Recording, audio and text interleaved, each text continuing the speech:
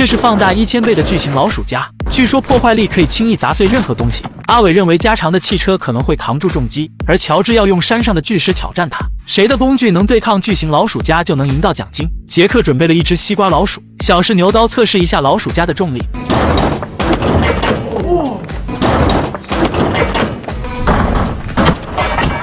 比想象中强悍很多，西瓜老鼠被砸到灰飞烟灭。阿伟将新买的马桶放上站台，侥幸认为可能会砸不坏。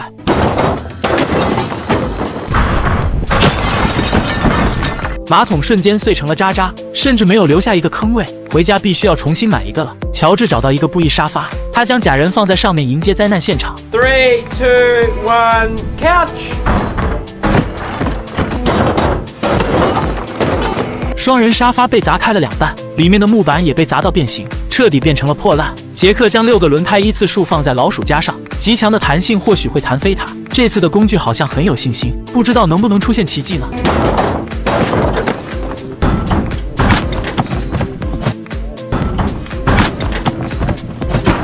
巨型杠杆快速落下，将轮胎压到变形，然后将自己弹飞了出去。乔治搬来一节百年木桩，其硬度劈坏了好几把斧子，很有机会能顶住老鼠夹。这次劈得足够细致，再也不用担心没柴烧了。阿伟这次的工具是一个铁桶，钢铁材质能不能对抗一下呢？坚硬的铁桶压到极致，扁成了易拉罐，完全没有一点抵抗之力。巨型老鼠夹这么厉害吗？阿伟决定把吵人的闹钟放在下面，明天就能睡个好觉了。节目组启动开关，非常轻松地帮他解决了麻烦。接下来轮到杰克了，他将志愿者绑在灭火器上，准备迎接挑战。小恐龙发出绝望的怒吼。仔细一看，竟然完好无损，而灭火器牺牲的反而很彻底。杰克不甘心，将10个保龄球再次带上战场。实心的保龄球非常结实，或许能对抗巨型老鼠夹。保龄球被震飞了出去，但凡接触的地方都破了皮，根本不是老鼠夹的对手。阿伟拉来一艘轮船，这么大的体积或许能 PK 一下。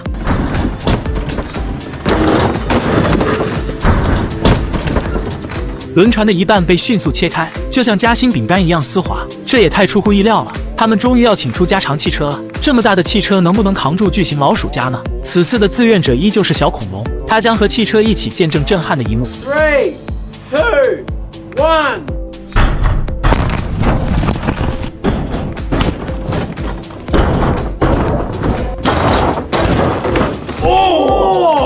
大汽车被拦腰斩断，变成了废铜烂铁，彻底没有了可用之处。接下来轮到坚硬的巨石了，这块石头又大又硬，很有机会能挺过去。节目组再次启动开关，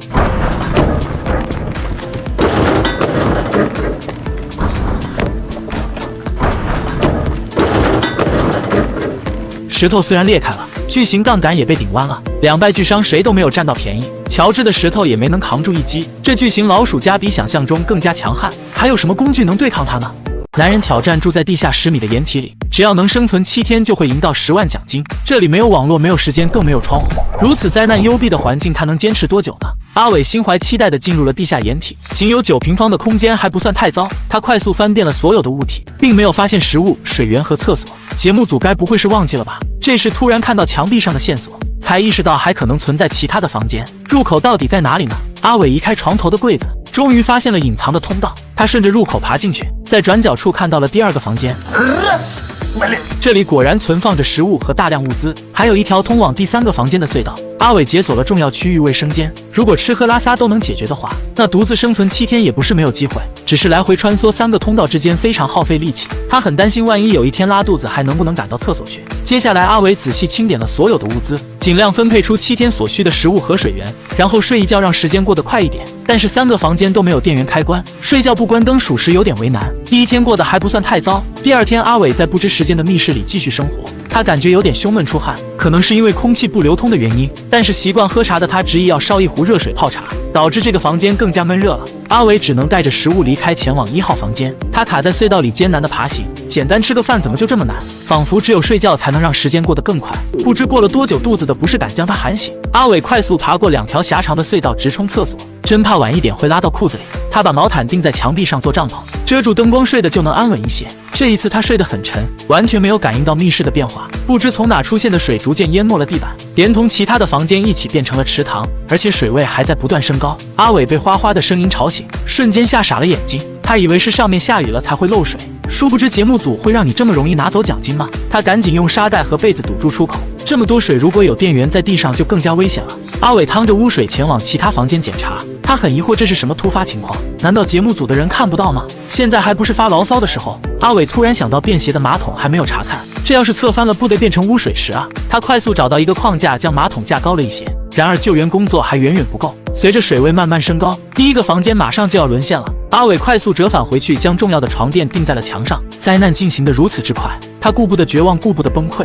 只想拯救一些物资，挺过一秒是一秒。马桶又要差点侧翻了，阿伟只能继续垫高，远离水位。这糟心的房子还能住人吗？他试图向摄像头求救，但是节目组没有一点回应。阿伟跑来跑去，累得双腿发软。这第3天他过得很辛苦，在他睡觉的同时，水位还在升高，仅差几公分就淹没通道了。想要前往下一个房间，只能露出半张脸来呼吸。他决定放弃1号房间，留在有食物的区域才能不被饿死。看着淹没的密室，他也想过放弃，但是在水中泡了这么久，还有比这些更残酷的吗？阿伟坚信这一天挺过去就好了。他躺在2个货架的中间睡一觉，被淹没的密室看着就很危险，而唯一的通道彻底被淹没了。第4天，他准备待在2号房间，哪也不去，有吃有喝，他还能坚持。不得不说，阿伟的心理非常强大，守着粮仓吃得很是开心，但却忽略了上厕所的困难。被淹没的通道如何穿过去呢？想想都有一种窒息的恐惧。阿伟为了保留唯一的空间不受污染，决定要去卫生间解决。他深吸一口气，潜入水里，快速游向3号房间，憋得脑瓜子嗡嗡的。来到厕所才发现，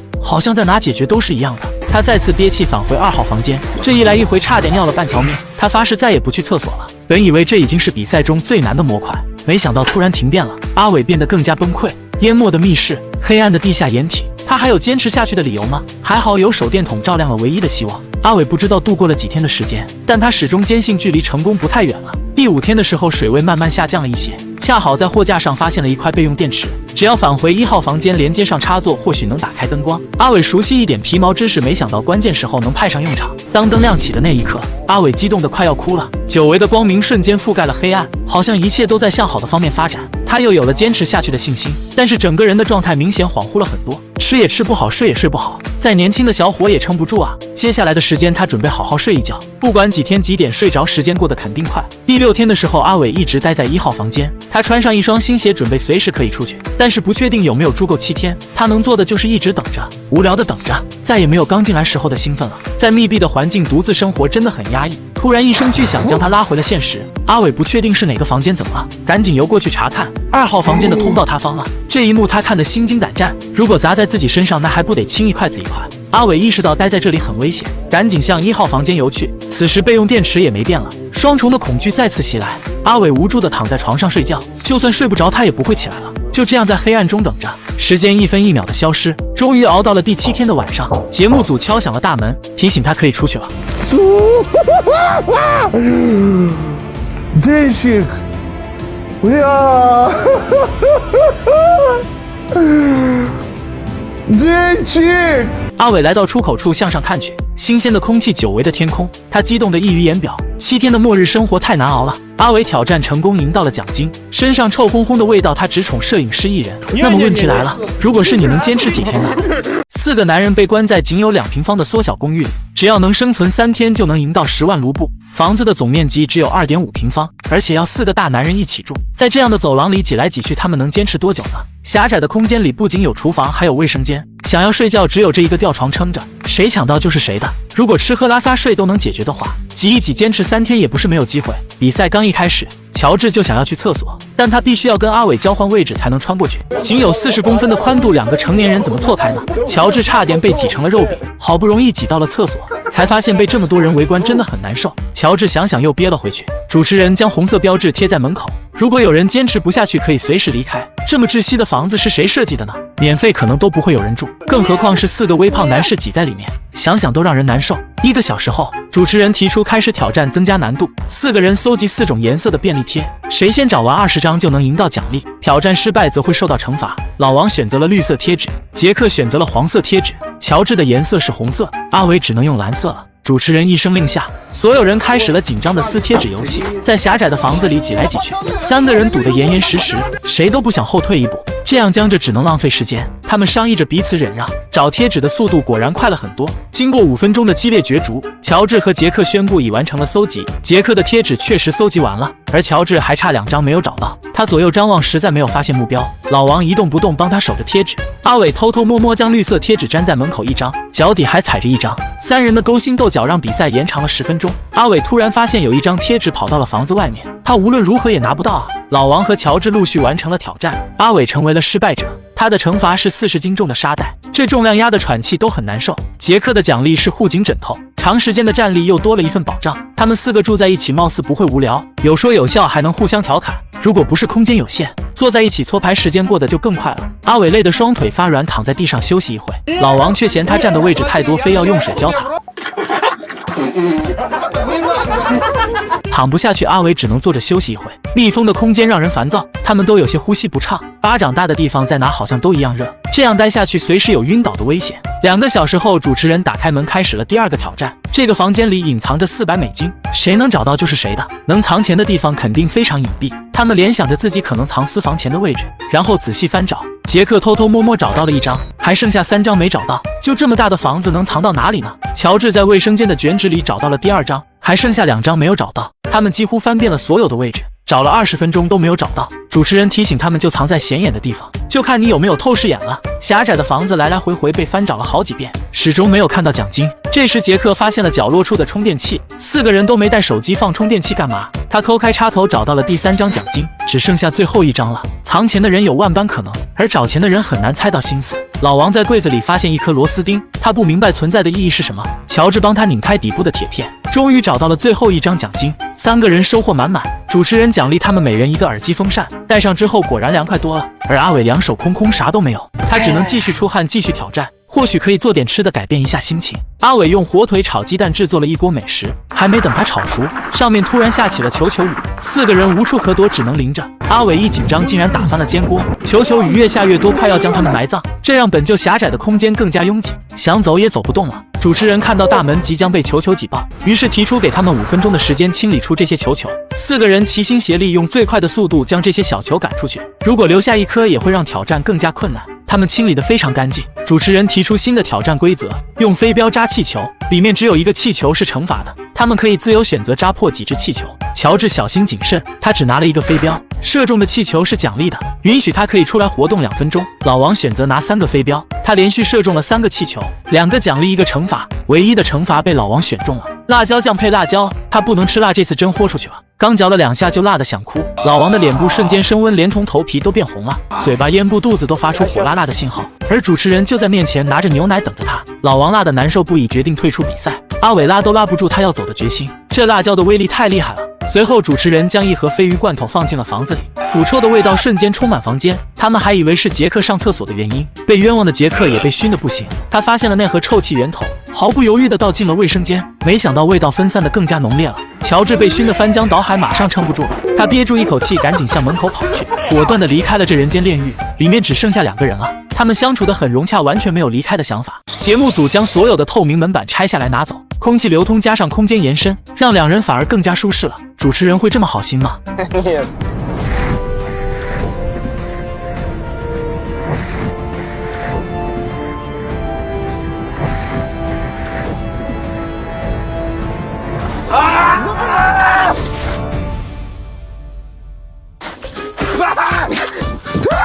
没反应过来的2人下意识地逃出了房间，就这样提前结束了比赛。主持人这一招太阴险了，没有人赢得了比赛，也没有人拿走奖金。那么问题来了，如果是你会坚持住多久呢？男人挑战住在完全黑暗的房子里，只要能生存7天就会赢到10万奖金。这里面没有网络，没有时间，更没有光源。在这极其压抑恐慌的黑暗中，他能坚持多久呢？陌生的房子经过处理，已覆盖了所有的光源，一场艰难的挑战再次开启。阿伟所处的环境比我们想象的还要黑，好像被封印了一般，黑的让人可怕。只有在摄像机的红外线中才能看到他。阿伟小心翼翼地站起身，手扶着桌子不敢往前一步。陌生的房子，黑暗的环境，胆子小的可能早就吓跑了，但他要在这里住上7天呢，必须找到吃的用的才能应对接下来的难题。眼睛看不见，只能依靠听觉和触感前行。他从卧室里摸到厕所去，又慢慢走到了门口，发现大门被锁住了，更不会有人能提供帮助。阿伟又回到了厨房，凭着记忆勾画整个房子。他猜到这所房子可能很大，找了半天都没有找到卧室，摸到了2次推拉门，把他搞晕了。什么房子会装2扇推拉门呢？走着走着，再次错过了床铺。他记得之前就摸到过这根三脚架，于是朝反方向搜索，终于找到了柔软的大床。完全黑暗的房子，随时都会出现意外。阿伟走得很慢很慢，他在抽屉里找到了2捆绳子，或许可以用这些做一个指引路线。他以餐桌为中心点，将桌子的右腿连接到卧室，左腿对接厨房，又扯了一根绳子直接拉到了卫生间。只要记住这3个重要的方位，就能解决吃喝拉撒睡。闭着眼睛生活7天也不是没有可能，但他忽略了大脑应对黑暗的反应。才过去了5个小时就出现了眩晕，不敢想象以后会发生什么可怕的事情。阿伟在厨房的抽屉和柜子里找到了食物和水源，他甚至不知道吃的是什么东西，只能依靠嗅觉来分辨火腿和面包。剩下的时间他准备睡一觉，让时间过得快一点。这才第1天就感觉到了恐慌和压抑，黑暗几乎是所有人的噩梦。第2天阿伟醒来感觉很不适应，眼睛睁开和闭着完全没有区别，他有些莫名的烦躁，脱离了人群，陷入了黑暗。这种困境让他很绝望，根本没有心情去做任何事。阿伟祈祷节目组的人能来看看他，哪怕有人跟他说上一句话。导演担心比赛会坚持不下去，于是派小助手前去查看一下。阿伟听到通知，赶紧返回到座位上，戴好眼罩等待有人进来。这么黑的空间，小助手也很震惊，他只有通过相机才能找到人。阿伟既兴奋又愤怒，黑暗的压抑他很希望向人倾诉，但是小助手没有发出一点声音。阿伟以为出现了幻觉。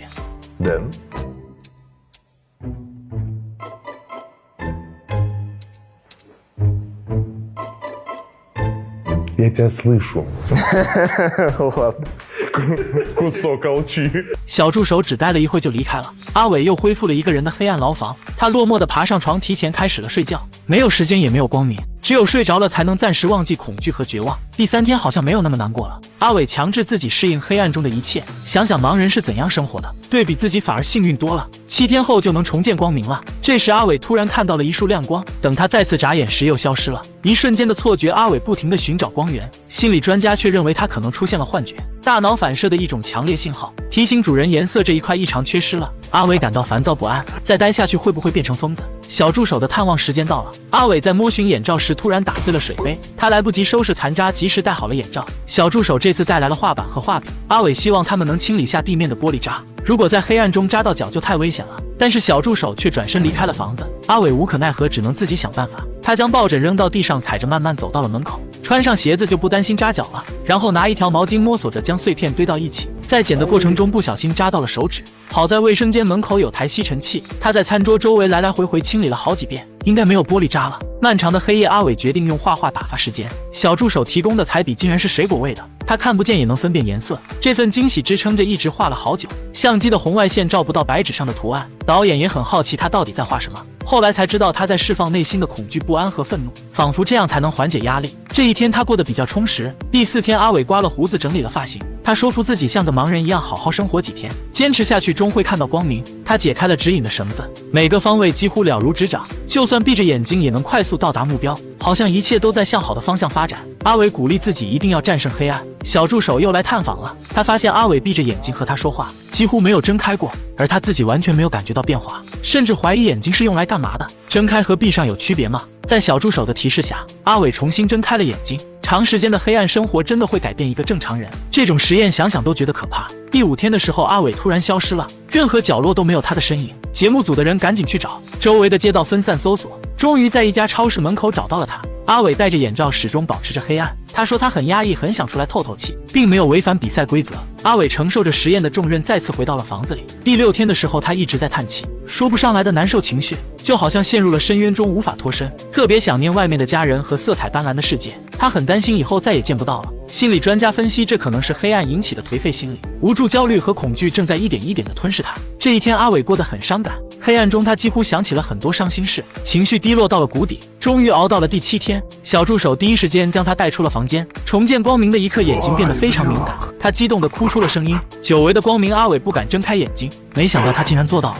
很难想象突然瞎了7天再次看见颜色的心情。阿伟重新回到实验的房子里，竟然跟脑中构想的布局完全不一样，比想象中小了很多。看来眼睛看到的跟猜到的天差地别。经过这次实验，阿伟就像重生了一般，相信他会更加珍惜这个多彩的世界。那么问题来了，如果是你会坚持多久呢？4个人伪装成商品隐藏在超市里，谁能坚持最后一个被赶出去，就能赢到10万奖金。超市里人来人往，还配有10几名工作人员，这样危险的场地如何伪装才能藏到最后呢？节目组和店长已经打好了招呼，他们可以提前进入超市踩点并确定躲藏位置。阿伟快速上妆，伪装成了热销商品湿纸巾，闭上眼睛几乎没有破绽，只要不用手扒拉，绝对没人能发现。乔治伪装成龙虾，藏在了海鲜区的鱼缸里，这个位置虽然难受，但也更容易让人忽视。小美伪装成菠萝，藏在了水果区，被周围的真菠萝包围着，严严实实，应该没有机会被顾客选中吧。老白藏在了装满货物的购物车里，他不仅可以随时移动，还能从缝隙中观察外面的情况。4个人伪装得非常用心，大胆猜测一下谁能藏到最后呢？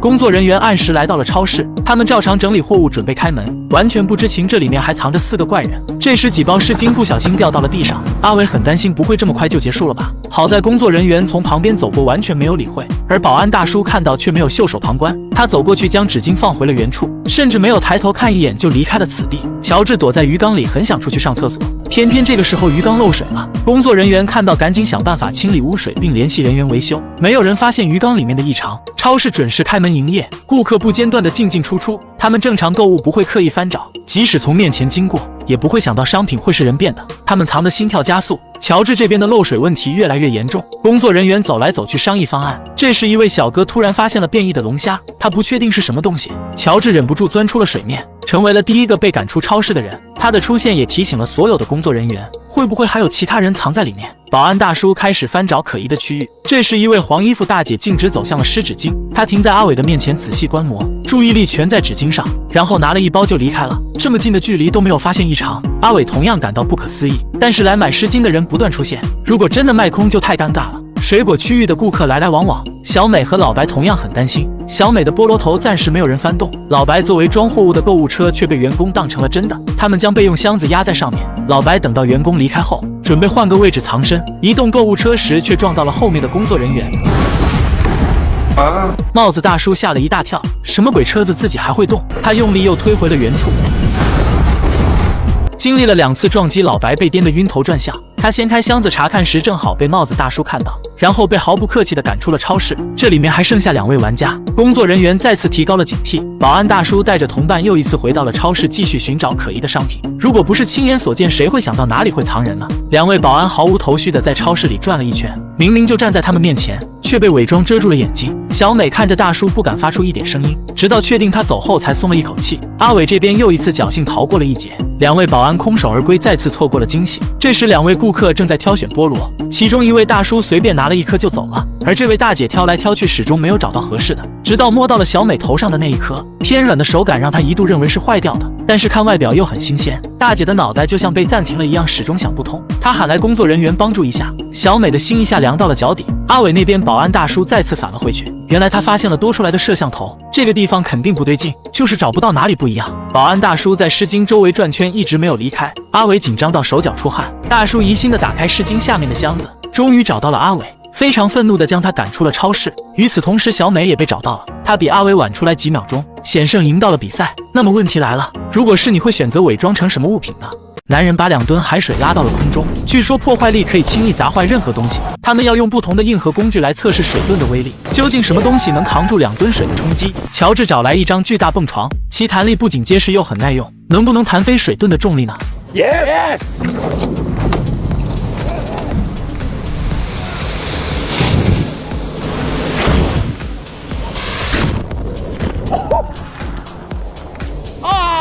Come on! 弹性的蹦床被砸到散架，根本来不及反弹，彻底被水的冲击淹没，力量悬殊，完全没有对抗性。软的不行，那就来硬的。他们将一辆报废的面包车推到了水下面，钢铁质地能不能对抗水的冲击呢？ Oh yeah! Come on! Yeah!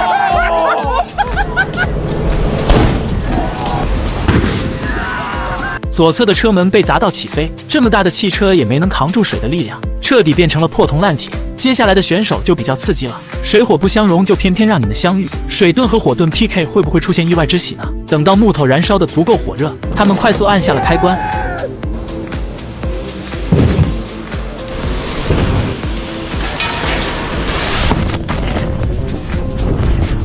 落下的瞬间，水源直接覆盖了火苗，连同木头一起被砸到无影无踪。水的力量如此强大，阿伟建议用空心的垃圾桶一试，这么厚的铁皮不可能砸坏吧？如果能扛住重力，水流就会被反射出去，形成10米左右的水花，肯定很漂亮。他们都等不及要创造奇迹了。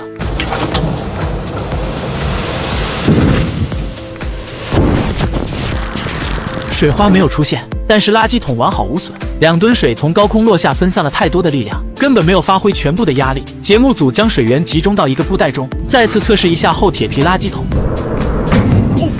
凝聚的力量俯冲而下，只看见水花四溅飞向空中，又被垃圾桶硬扛了过去。节目组不死心，连续尝试了几次都没有砸坏垃圾桶，这铁皮质量也太好了。而最后一位玩家冰箱就没有那么幸运了。既然来都来了，就不要浪费资源。为了让画面更加震撼，乔治在旁边撒满了玩具。冰箱能不能扛住水袋的重击呢？ Yeah! Wow, wow, wow, wow, wow.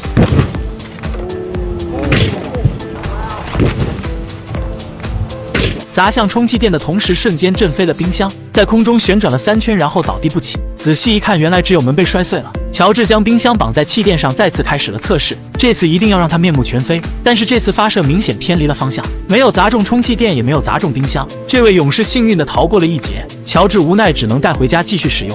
5个男人被困在废弃100年的深坑盲盒中，1个小时全员逃脱就能赢到10万奖金。这些荒废的采石矿场几乎没有可利用的物体，而且四周的高墙已然超过了6米。他们如何徒手爬墙逃出升天呢？杰克选择了1号深坑，这里面的空间很大，但却找不到可以使用的工具，唯有墙上这根还未烧焦的木头，或许有机会逃生。但是荒废这么久，还能结实吗？杰克看到旁边的墙上有几根铁棍一直延伸到上面，他决定沿着这个路线往上爬。铁棍之间的距离越往上走就越来越远，他必须想好对策才有机会爬上去。小黑选择了2号深坑，这里面空间很窄，还有半截墙头可以使用。他只要爬上矮墙够得到上面的铁棍，就有机会逃出去。小黑踩着角落的砖缝快速爬上了墙头，上去才发现根本够不着上面的铁棍。小黑的脑袋疯狂的运转，如何攀爬才能抓住逃生的铁棍呢？阿伟选择了3号深坑，很幸运他的盲盒里也有一面矮墙，踩着这根1墙的木头就能爬上去，上面垂下的绳子正好可以作为支撑。尽管它包浆的又硬又直，阿伟克服手疼的危险，坚持往上爬，就是不晓得绳子结不结实。小胖选择了4号深坑，他观察四周几乎没有支撑，只有这面墙上有2个铁支架。他一边踩着铁片，一边抓着墙缝，非常轻松地抓住了第1个铁支架。在垂直的墙面上攀爬已经非常困难了，而距离下一个支架又非常遥远。小胖陷入了两难的境地。乔治选择了5号深坑，这里面非常宽敞，墙壁上几乎没有可攀爬的物体。他看到有半截烧焦的木头可以利用，虽然烧掉了一半，不确定结不结实，但他也没有别的选择了。乔治单手压扁凸出来的钉子，反复确认木头的稳定性，然后抓住木头和铁架开始往上爬。他的攀爬技术很好，借助木头的支撑，很快够到了第2个支架。乔治的心底一下安全了很多，他发挥双臂的力量，快速爬上了平台。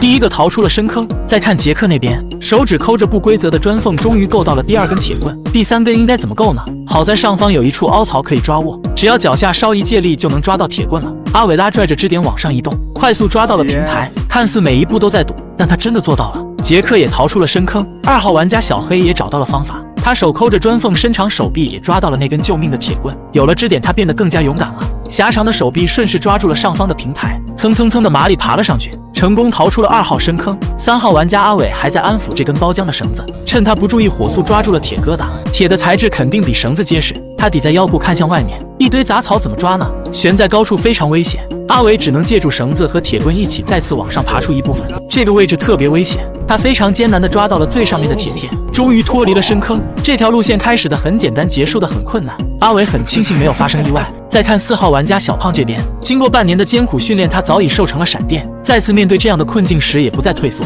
他借助墙面的力量从侧面出发，直到踩着支架小心站起身。他终于够到了第2个铁支架。此刻小胖的身体早已不是负担，而是轻盈的小鸟。然而即将登顶时却出现了意外，他体力不支，很快没了力气。同伴们鼓励他再努力一下，马上就要成功了。小胖咬紧牙关，使出全力往上爬，终于在大家的见证下爬出深坑，独立完成了挑战。他自信的眼睛发光，原来坚持下去会这么苦。跑酷团全员逃出了深坑，又一次征服了废弃的采石场。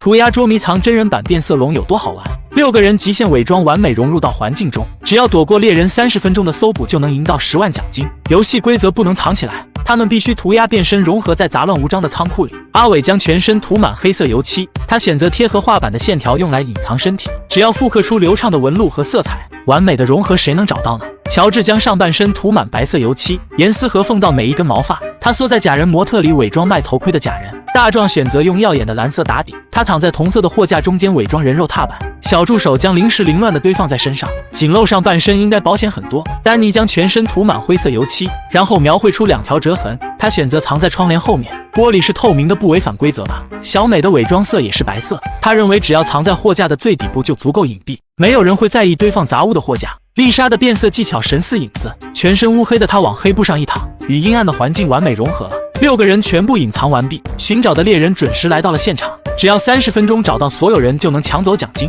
但他必须佩戴模糊眼镜找人，目光所及只有10%的能见度，导致他看什么都不像人。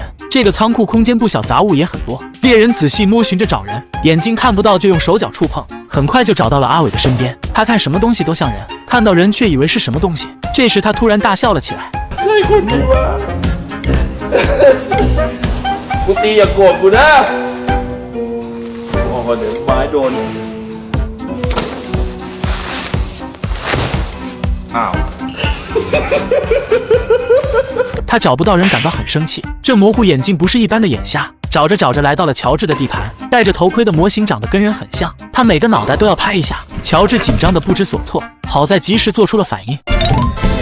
猎人坚持拍完所有的头盔，这流动的一幕瞬间露出了破绽，猎人一眼就识别出了真人。乔治伪装失败，被淘汰出局了。猎人往前继续寻找，当路过杂乱的货架时，并没有仔细翻找，就这样错过了小美的位置。他从丹尼的玻璃前经过，一点也没有发现有人，很快就找到了大壮的区域。他很好奇零食为什么散落一地，看似没有目的的翻找，实则已经锁定了目标。他将箱子不停地落在人家身上，还假装看不到。อยู่ไหนวะ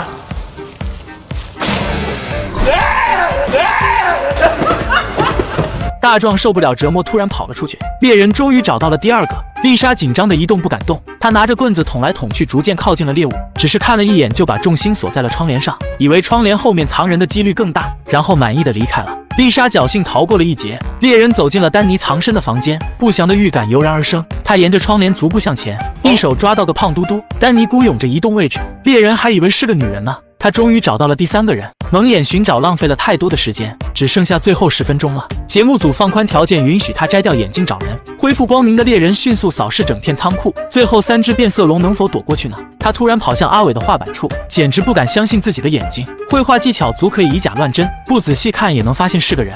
还剩下最后2位玩家了。猎人犀利的眼神快速筛选场地，虽然是变色龙，但是这么大一只还是有机会找到的。他再次找到了丹尼的住处，这次没有错过目标。凹凸有致的黑衣服一眼就看出了真假，只剩下最后1人了。时间还剩下3分钟。当他再次经过货架时，一眼就发现了小美。这白色的衣物着实显眼，很难让人看不到。猎人在有限的时间里找到了所有人，玩家们全部淘汰。那么问题来了，如果是你会选择和什么物体融合能逃过猎人的眼睛呢？